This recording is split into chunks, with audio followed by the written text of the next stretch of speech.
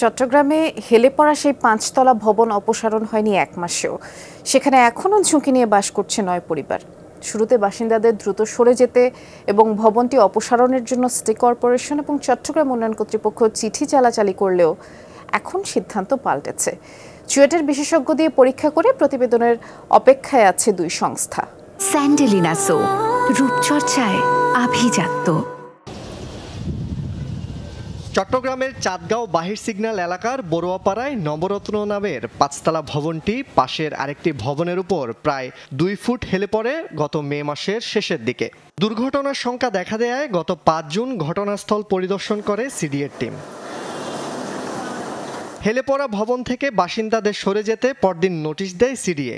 পাশাপাশি ঝুঁকিপূর্ণ ভবনটি অপসারণের জন্য সিটি কর্পোরেশনকেও চিঠি দেয়।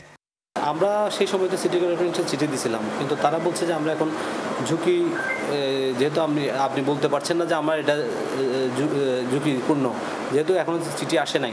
বিশেষজ্ঞদের প্রতিবেদন না পাওয়ার ২০ দিন পরও কোনো ব্যবস্থা নেয়নি চট্টগ্রাম সিটি কর্পোরেশন, যদিও এ নিয়ে কথা বলতে নারাজ প্রধান প্রকৌশলী। আমি চাচ্ছি যে অফিসের সব ইনফরমেশনগুলো তথ্যের একটা থাকে, মিডিয়াম হিসেবে কাজ করবো। আমি যদি একজনকে ধরো, আমি যমুনা টিভিকে আমি বললাম কালকে আমাদের অনলাইনে ওরাও সবগুলো ধরবে, আপনি তো ওই জায়গায় দিয়েছেন। ভবন দুটির উপরের অংশ এখনও ঝুঁকিপূর্ণ অবস্থায় একটির সাথে একটি লেগে আছে। যে কোনো সময় ধসে পড়ে দুর্ঘটনার শঙ্কায় স্থানীয়রা। তারপরও সেখানে ঝুঁকি নিয়ে বসবাস করছে ৯টি পরিবার। চুয়েটের বিশেষজ্ঞ দিয়ে পরীক্ষা করানো হবে বলে বলছেন ভবন মালিকরা। কোনো ভিতরে বাইরে কোনো ফাটন না, কোনো কোনো ফাটন না, দেখছো তো। বইয়ের থেকে বিশেষজ্ঞ দল আসবে। আচ্ছা, এখনো আসে নাই? না, আসবে, এরা আসলে ফোন দিবে।